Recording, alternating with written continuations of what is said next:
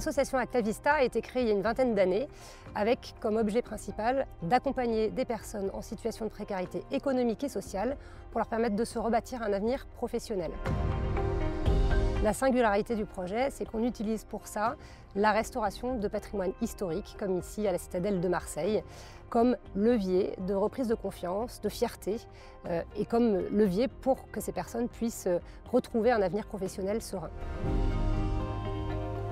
Les personnes que l'association Acta Vista accompagne sont des hommes et des femmes entre 18 et 65 ans qui sont recrutés par l'association en partenariat avec les services publics de l'emploi et des associations locales qui va nous les orienter. L'objectif de notre chantier d'insertion, il est d'être un tremplin vers l'emploi. On forme les gens à la maçonnerie du bâti ancien, on les amène à travailler sur ce support qui est ce support exigeant de restauration de patrimoine historique.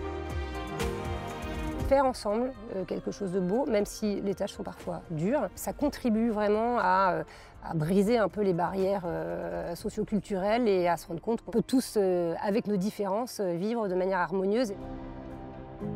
Le chantier d'insertion qui est développé ici à la citadelle de Marseille depuis 20 ans a permis aujourd'hui d'offrir une seconde vie à ce site puisque désormais il est ouvert au public depuis l'année dernière. Quand on a commencé à réfléchir au projet de la citadelle, dans son projet d'ouverture, on a eu très vite à cœur d'essayer au maximum d'ouvrir les nouveaux métiers à des publics fragiles, de faire de ces nouveaux champs d'activité des opportunités de formation et d'insertion pour des personnes précaires. C'est ce qu'on a commencé à faire sur deux métiers particuliers, puisqu'on a monté un chantier d'insertion sur l'entretien du site et sur la surveillance dans les jardins.